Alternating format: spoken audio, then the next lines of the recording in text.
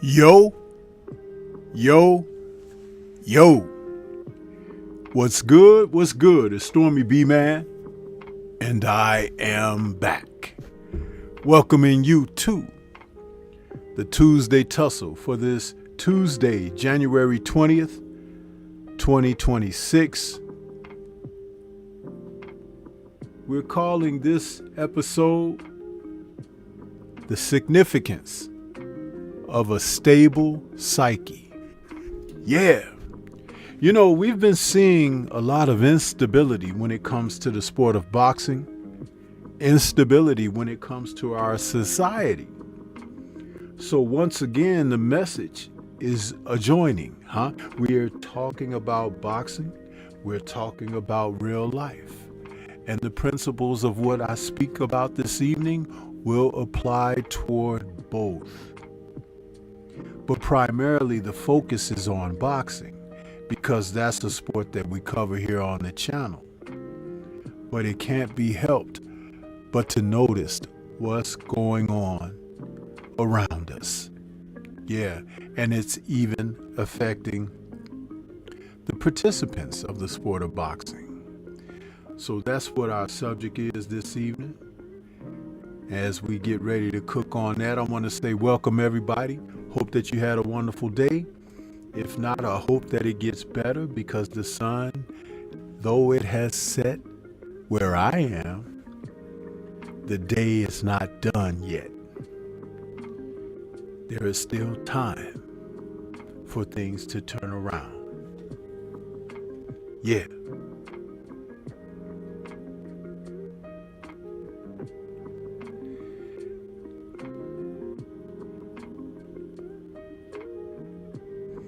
We are starting off with a Cash App donation from the brother Eric Jordan out there. He says, for the Tussle, heavyweight. Yes, sir. Thank you so much for that. Yeah. As we begin to cook this evening, we have to do what we can. Make the most of what we can. Yeah.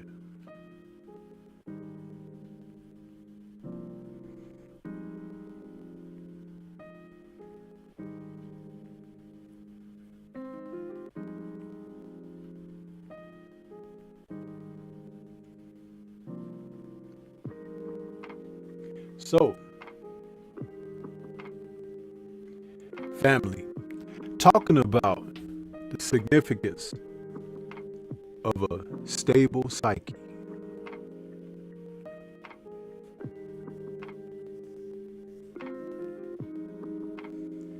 I'm listening to the playback. I see that they're messing with my audio again, but bear with me, family. We're going to pull through this.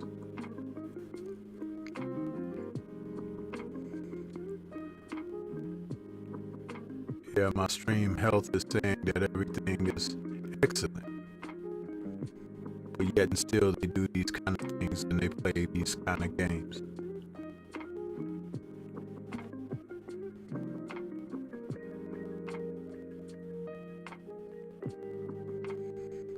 So mind my pausing a little bit because I do understand that it clears up. You know,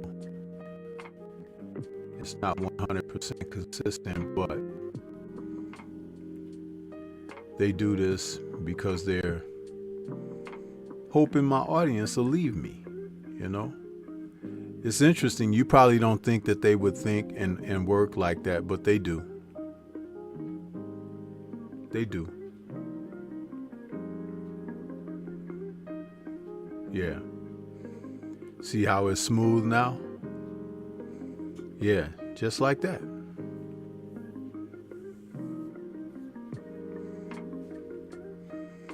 All the while my settings are saying that everything is reading excellent. Because if you were having bad bit rates or whatever, they do let you know that, you know, it is such. So,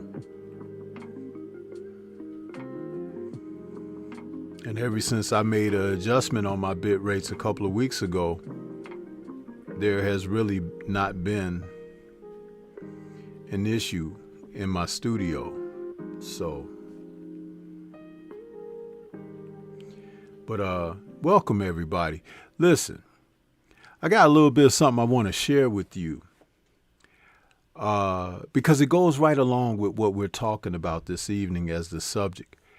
And as I share this, I will kind of stop it, give my thoughts, and give the examples of what we're talking about, why a stable psyche is significant. Okay? Now, the test at hand happens to be an interview that was just conducted yesterday on Fight Hub TV. The interview was Marcus Hayes interviewing Keyshawn Davis.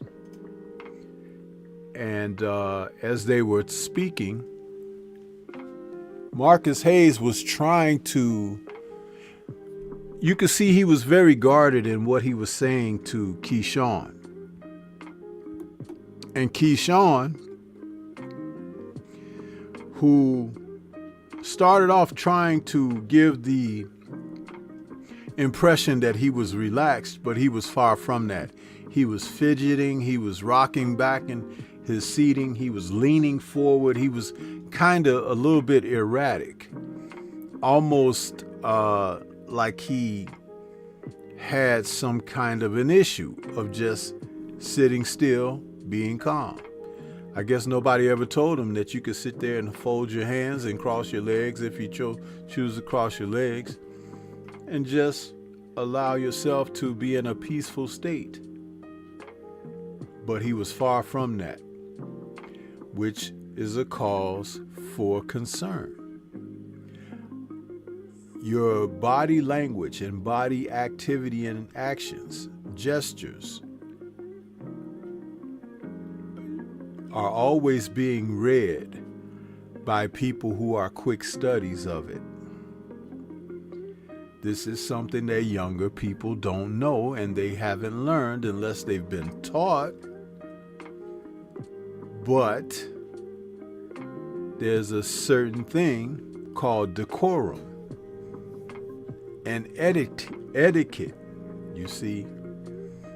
And young people who don't like to listen, don't want to take counsel, find themselves on the outside of things looking in when this happens.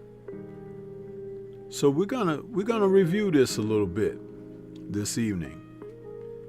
And I'll give some thoughts, and maybe you might have a few as you write in the chat. We're multi-streaming over there on Rumble, so those of you who have followed me over there, if you so choose, you can write in the chat at Rumble or right over here on Stormy B Man on YouTube. But this is something that, again, being the Tuesday Tussle, we attack our subjects in different ways. Yeah. Take a listen.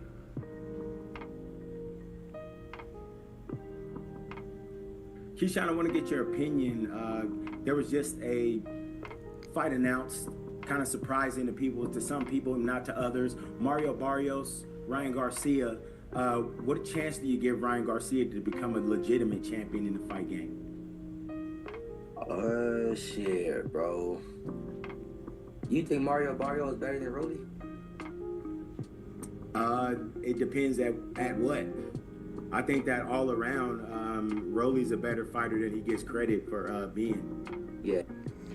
Now, interesting that one of the early questions that he would ask Keyshawn is about Ryan Garcia challenging Mario Barrios in an upcoming fight.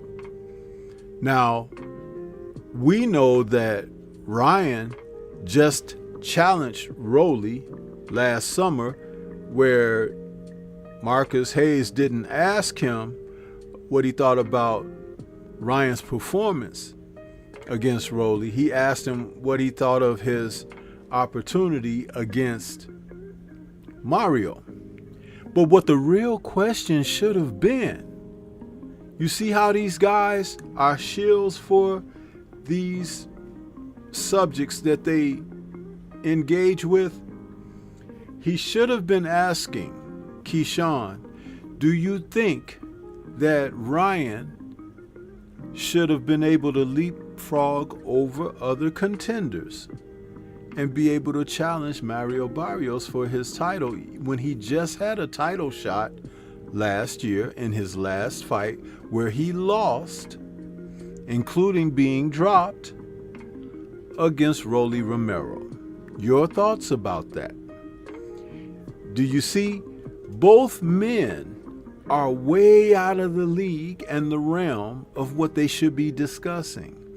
Because when you speak of these things inappropriately, remember, this is the internet now, and it's an international, worldwide, global audience. It's irresponsible to not speak of what fact is.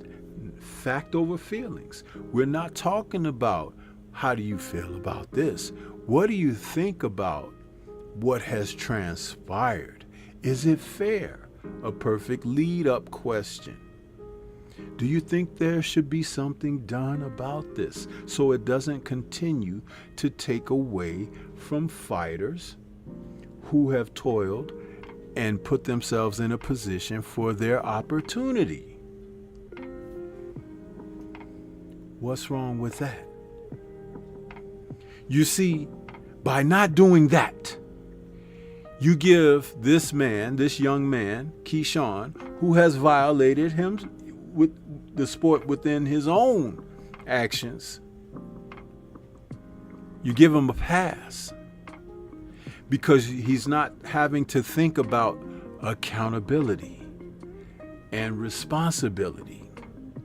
And so therefore, you put him in a seat to look at someone else and be critique driven over them, but not self-analysis. Because remember, when you do self-analysis, then you begin to kind of look at yourself in the mirror, right? The significance of a stable psyche. You feel me? If you understand what I'm saying here, put a 1 in the chat. Shout out to Champside. Put a 1 in there. Let me know.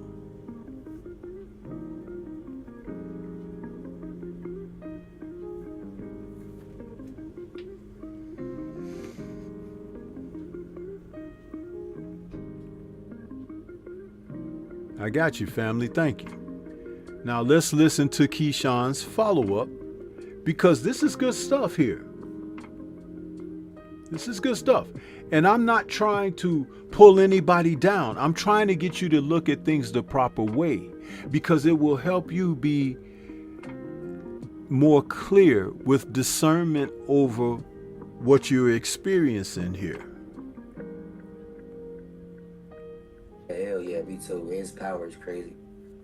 Shit, honestly, bro, like that's a tricky fight, bro, because like Ryan Garcia, he too damn unpredictable too. You understand what I'm saying? Like, you don't really know what version of Ryan Garcia you're gonna get. Now he said Ryan can be unpredictable. You don't know which version of Ryan you're going to get. He asked, did Marcus feel that Rolly is a better fighter than Barrios? Remember, all of this before getting into an answer to the question that was posed to him. Do you not remember the live stream that was conducted where Ryan Garcia, Shakur Stevenson, and Keyshawn Davis were on a live stream talking after the Devin Haney situation? And they were yucking it up with Ryan and everything, even though he had went on his racist tirade, tore up the hotel room, was arrested and all of this. Remember, these guys were right there with him in his wrongdoing. And then you take that and you look at how Keyshawn messed up his promotion last summer, where when he was supposed to be on the card with his brothers in his hometown, he didn't make weight and was pulled from the fight because the opponent said, I'm not fighting him. And his brother lost his match on that card against, what is it, Nair? And they went into Nair's locker room after the fight and attacked him.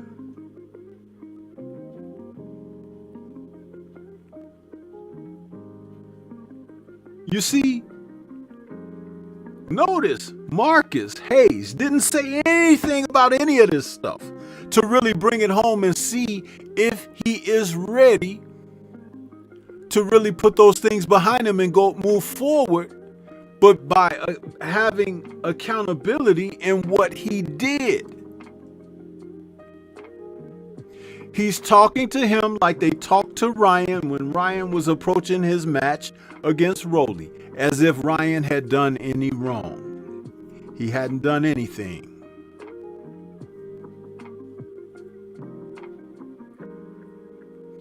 This is what I speak of when I say that when you project this to the masses, people begin to understand that, hey, there are no boundaries. I can push the envelope.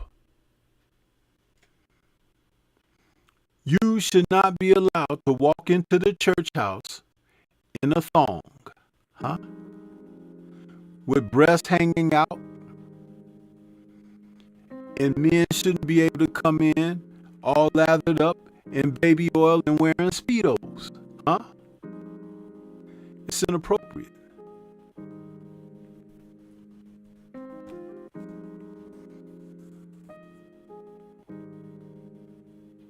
But when he said that you don't know what Ryan is going to show up, that was also an opportunity for Marcus Hayes to zero in on what was being said and say, hey, what do you mean by that? Because I know what that means. Are we talking about a drug-free Ryan? Or a juiced-up Ryan?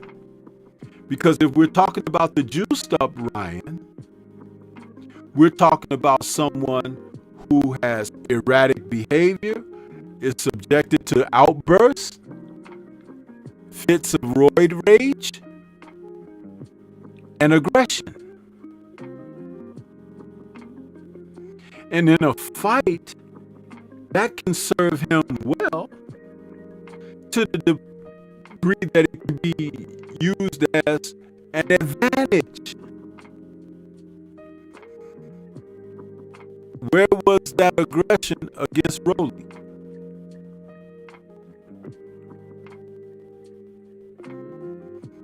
Rolly benefited from the Devin Haney rule of thumb for boxing. Ryan had to enroll in 24/7 testing for that event because he was supposed to be preparing for Devin Haney as well. And not only was Rolly given the advantage of taking on a clean Ryan, when Ryan lost the fight, he overlooked the rematch with Devin, where there was no clause that said that he had to win the fight against Rolly for their rematch to take place. But he feigned a hand injury, one of the most difficult injuries to prove that there is.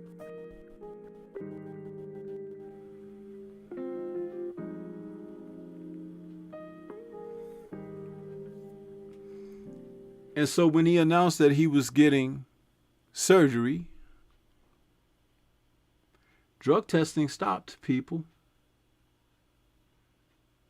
Now, understand this about that.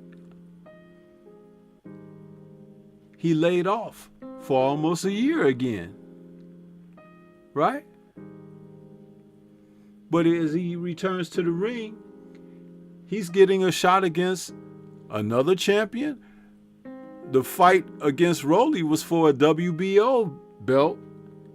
The fight against Barrios is for a WBC belt. Who does that? Who goes from sanctioning body to sanctioning body, losing fights and challenging for the next title? But nobody's asking these questions. Marcus Hayes, who knows everything that I'm telling you all, knows this as well. But interestingly, he did not present any of that to Keyshawn. I wonder why.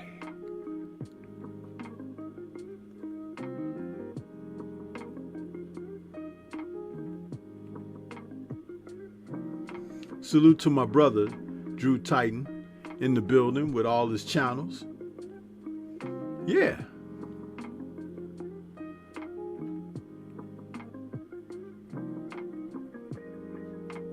So let's listen further to Mr. Davis. Looks like he's focused and locked in. Like this is his first time fighting for a world champion. We're fighting for a world title. So like I expect him to come like on his real A's, like on his A's, like on his P's and Q's. This is his first time fighting for a world title. Did not Devin have a world title when he faced Ryan a couple of years ago? And Ryan didn't make weight like Keyshawn, and so the title was not on the line. And Devin had a chance when he didn't make weight to actually fight Arnold Barbosa Jr., who was propped up as a relief fighter because Ryan's bit of erraticness approaching the fight, to the degree that some people were saying he might not necessarily be mentally fit for the fight. But the Haney camp went ahead and sought the fight out because they wanted to get this done. Listen. Notice how they're glossing over all of that. Keyshawn is every bit as guilty about his actions over his lost opportunity last year as Ryan was. And now he's in a position to fight Jermaine Ortiz, who was supposed to be challenging Richardson Hitchens for Hitchens' world title. But now, this is an opportunity for him to get his foot back in the door. A lot of this stinks, people. But understand, the reason, when I said the significance of a stable psyche, you have to be on what he just used the phrase, the P's and Q's. But no one's on the P's and Q's like someone who wants to get to the truth. And therefore, I believe Mr. Marcus Hayes in this instance was not looking for factual information. He was looking to have dialogue.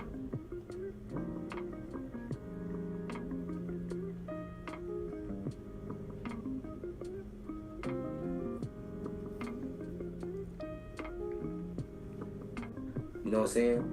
But shit, bro, it's a 50-50 fight, bro. And you ask me, bro, I'm gonna tell you shit. I don't know. I'm just gonna be there and just watch. You know what I'm saying? The best man win, bro. Like, shit. Definitely. And as far as you go, back to the team that you started with, going back home, talk to us about the reunition of you and your team. Now, notice he just let Keyshawn off the hook there. No sense of grounding this young man. No accountability. If you guys think that Keyshawn Davis is going to go into his fight against Jermaine Ortiz and be mentally well in doing so, you got another thing coming. The next question that he asked him was about his new team, because he's no longer with Bomac, B&B Gym. He's no longer with those guys. Though he sucked up as much opportunity of experience as he could, while Terrence Bud Crawford was in the ranks over there doing his thing, leading the way by example. Interestingly, Keyshawn has abandoned that camp, even boasting that he has moved on proudly. There were some alleged insinuations as well. But as he gets ready to speak about being around people who love him, as my brother Drew Titan would say, people who love him. I say that for a reason. I've repeated it several times to allow it to sink in. He's more interested in who loves him instead of whom he can learn from.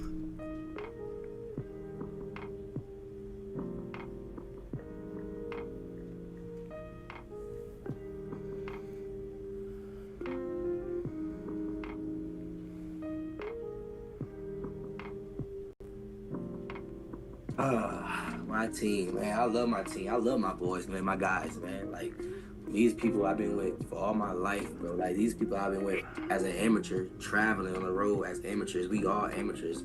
And then these guys that's training me, they didn't know they was gonna be trainers, bro.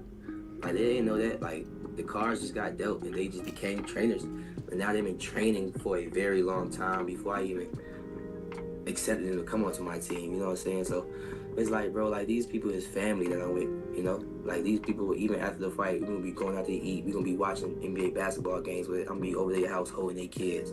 Our kids going to be playing with each other. You know what I'm saying? So it's like, bro, it's deeper than the team. It's family. You know what I'm saying? So that's exactly what I need around me. People that really genuinely love me. And when it comes to boxing, we all got the same goal, and that's to be different and be great. Definitely. You know, all of that speaks of the possibility that he didn't feel that he wasn't loved by Bomac and the rest of the trainers and coaches out of that camp. They helped this young man more than he could realize. And when he did those awful things last year in the Nair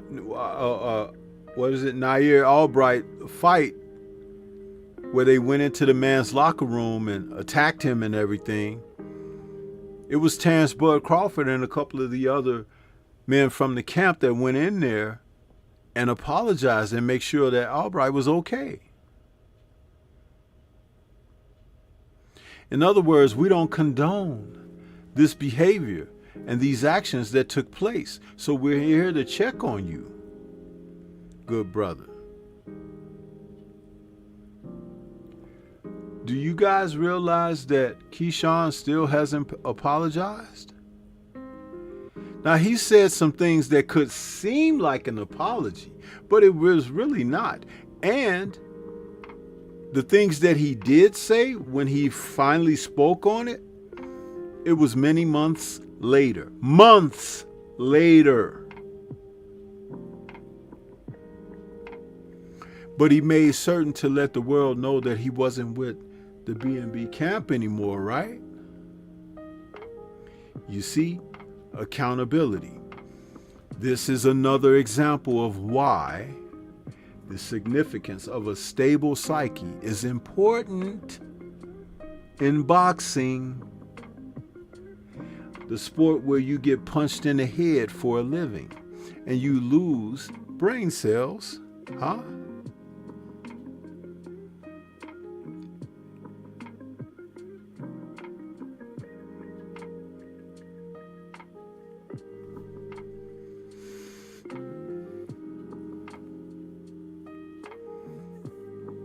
This is not good, people. It's nothing to be proud of. And I'm breaking it down for a reason.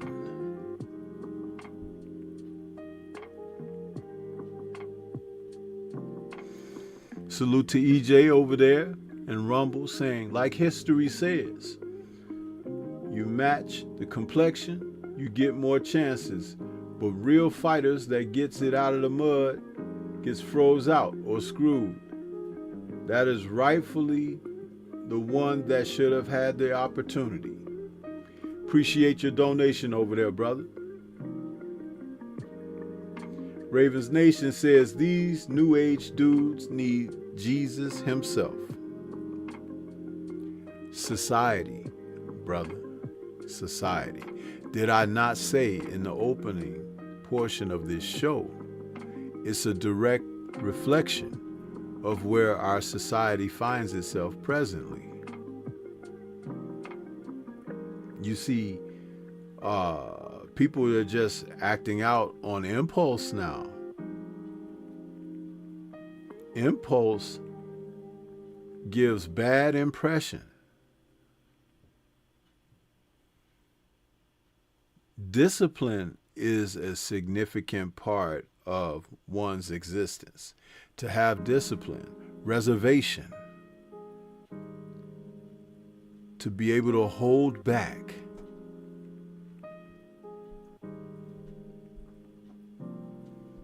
People need to hear that. They need to understand that. The best of coaches will tell you that. And maybe B&B is not there anymore because in a mutual agreement, he has agreed that he wants to walk to his own tune.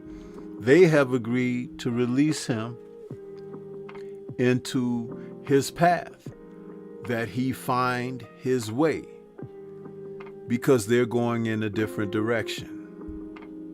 Now, with that being said, no dirt has to be slung.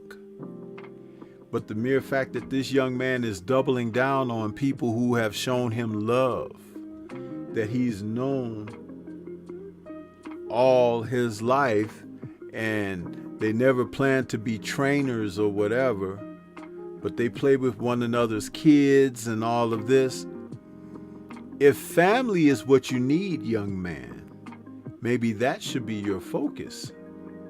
Not saying that it isn't, but also what I'm saying is in your profession, your craft, you need people who are not only going to show you love, but remind you of your discipline. And in doing that, you can take offense and feel that that's not love. But there's no greater love than someone who can tell you, don't do that. Because they're trying to prevent you from making a mistake. They're trying to prevent you from hurting yourself. They're trying to prevent you from hurting others.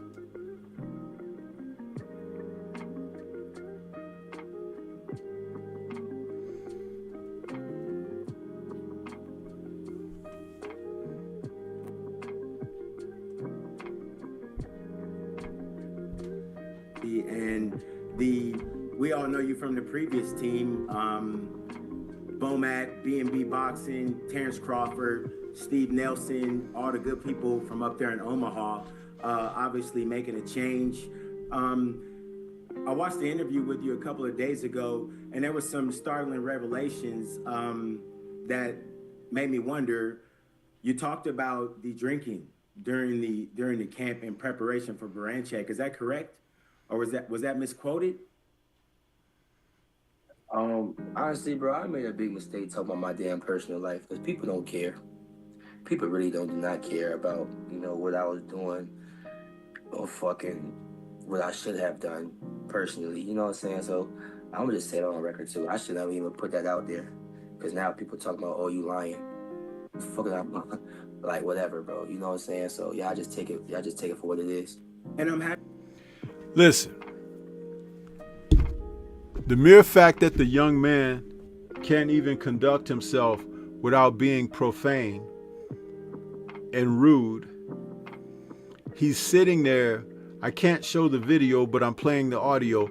He's fidgeting, he's moving around, he's like straightening the camera on the phone or the laptop or whatever he's using as his device to communicate with Marcus Hayes. And he seems very uneasy. Okay. Now, the thing about that is like what I said before. This young man has some issues going on at the core. And they haven't been cleared up. They haven't been addressed. They haven't been worked through. He put information out that he had been drinking during his last camp. He had put it out there that he was doing some things that he wasn't supposed to be doing. But the B&B part of the camp did not know these things. Now, there's two things that could be happening with their side. They could be protecting him by not throwing him under the bus, or they could possibly really not know he was doing things that were detriment to what they were trying to do with their goal of preparing him for his match. Either way, it still falls on Keyshawn Davis to get his act together. But listen to Hayes as he speaks, because this gets very interesting. Keyshawn, that you said what you just said, because I really want to give you a platform and a chance, unabated, to go ahead and tell your side of the story. And I preface it with this. Given the fact that you were training so hard every day, and with Terrence Crawford and the people that you were around every single day, looking these guys in the eye, how was that experience to be hiding something so egregious to a level of fighter champion such as you? Well, again, I spoke on this before. People thought that when I missed the weight back in June that I didn't really care. But like, bro, I come from the trenches, bro. You don't show no emotion. And I just built that guard up so well that people really thought I did not care miss a weight. And I understand them, because I really didn't show any emotion towards it. And it's a gift and a curse. You know what I'm saying? That day I cursed myself. So like, it's nothing to me to hide things, hide my true emotions. It's fucking nothing. You understand what I'm saying? It's nothing. You see, he said a whole lot of nothing in that remark, but he said a whole lot to reveal who he is, which is why I said he hasn't learned a damn thing about his missteps from last year. And which is why he possibly shouldn't be in this position right now. This young man needs counseling. He needs things to be worked out for him. He talked about putting up a facade. That's what it's called, Keyshawn, when you don't show your emotion or whatever. Maybe it was because you really don't have emotion toward it, because you're looking to be enabled in everything that you do. It's just like you don't have the discipline to not use profanity as you're expressing yourself. You're talking like you're speaking in the alley, but you're on a public platform where people can get your message throughout the world. You're unshaven, your hair is not combed, you don't look like the image of someone who's got it together. You look like pretty much someone that just get rolled out of bed. And I'm sure that there are some people who would like to tell you the things that you need to hear, but you're not ready for that. You don't want that. Because as you said before, you didn't know what it is. And you don't need that. And those disciplines can come from an authoritative, father-like figure, if not a father himself. And as long as you resent that, no one can help you.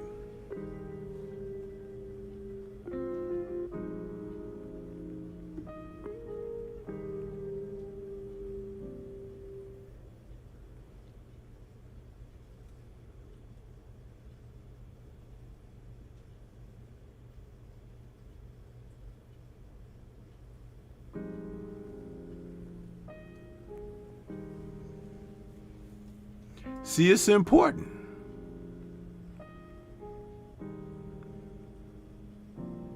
and the person that's interviewing you is not really giving you what you need in the conversation.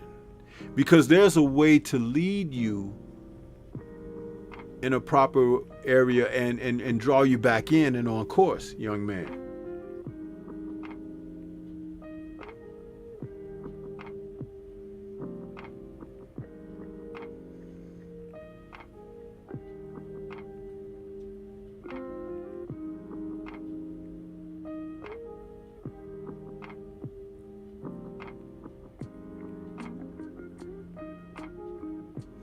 Ravens Nation made a great point. He said boxing is not going to solve his issues. You are 1000% correct there, brother. Very much so. Let's listen more. I think that's one of the reasons why I just fight so good, because when I do fight, yeah, that's what I'm on type shit. You know what I mean? So it was nothing for them guys. Them guys don't personally know me like that. I just started working with these guys for 4 years, like 3 years. You know what I'm saying? These guys don't really personally know me like that. You know what I'm saying? Like within that time, we still get to know each other through training camps. I'm not with these guys outside of training camp. You understand what I'm saying? So even with that 4 years, if we talking 2 months of training camps, I was probably with these guys for maybe a year and a half, 2 years. You understand what I'm saying? So it's like, it was nothing for these guys, for me, to not allow these guys to really know what's going on with me, bro. Now, we're really getting to the meat of it now. What he just said, that he had been with B&B for like 3 to 4 years, but they weren't with him outside of the camps. And so if you total the time allotted, maybe a year or 2 in total, but they didn't really get to know the real him. They know you, son, but it is not their job to set you in a place that you have to find. They can give you keys that can unlock locks, but you have to turn the knob and walk into the room. And you sound like someone that is really looking for things to happen. And the things that you make happen are pretty negative.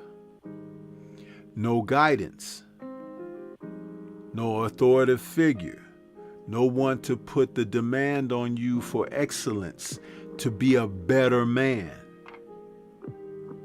And that would probably go for both you and your brothers.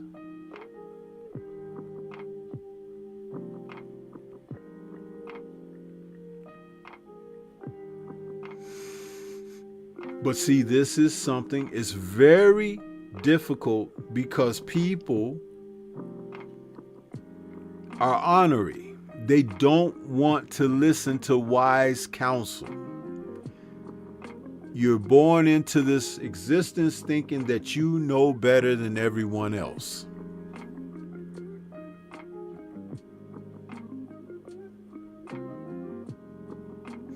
Babies can teach adults lessons.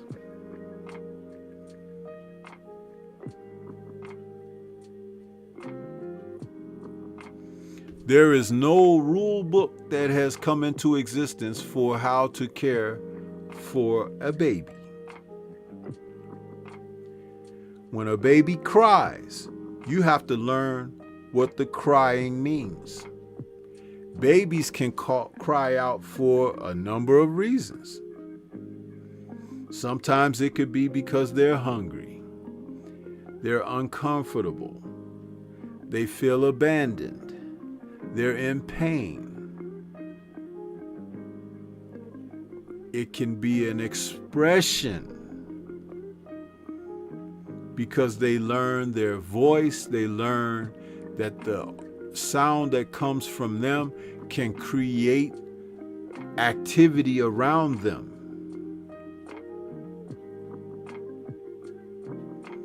fear.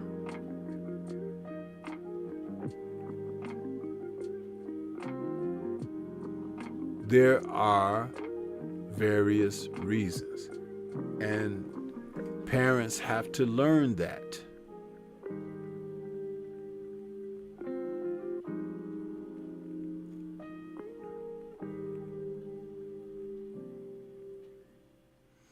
It's something that adults also emulate that behavior. But with adults, we're supposed to have the wherewithal to express ourselves properly, but we still don't do it. To be able to tell someone, hey man, you hurt me. You hurt my feelings.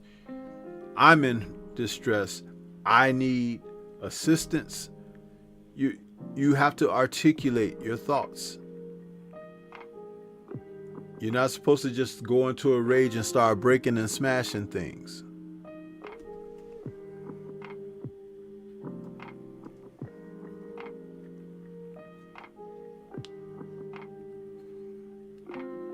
Yeah.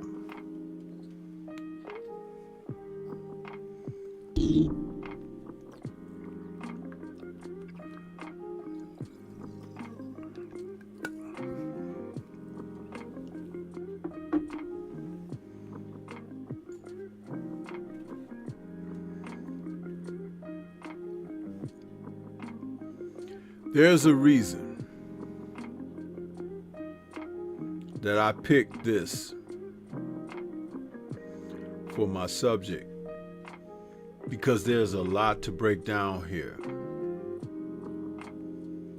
And I think I'll come back with a part 2 for next week, because this interview is only halfway through and I don't have the time to continue the rest of it for this evening's show. So I'll come back with a part 2. But understand how I'm breaking this down for you all. There is a reason that this needs to be discussed.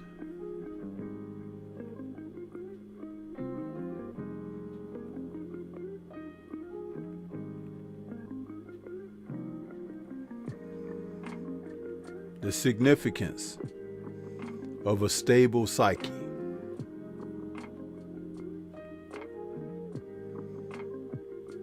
You can try to point at other people, but when you look in the mirror, it comes right back to you, who you are.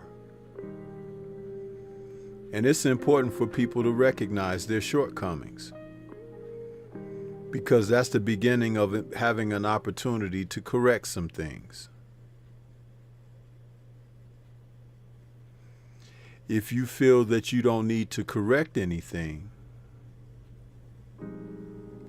then you may want to move away from the earth, because all of us can stand some correction in our lives. Yeah. And if you can't get with that, again, there are lessons out here for you, and they will teach you. Life will teach you.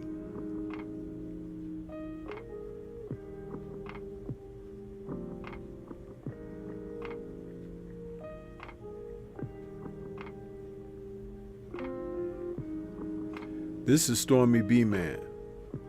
Thank you for tuning in. Shout out to the mighty LDBC. We'll be back next week with the part 2 to this. Peace to everybody. Have a great week.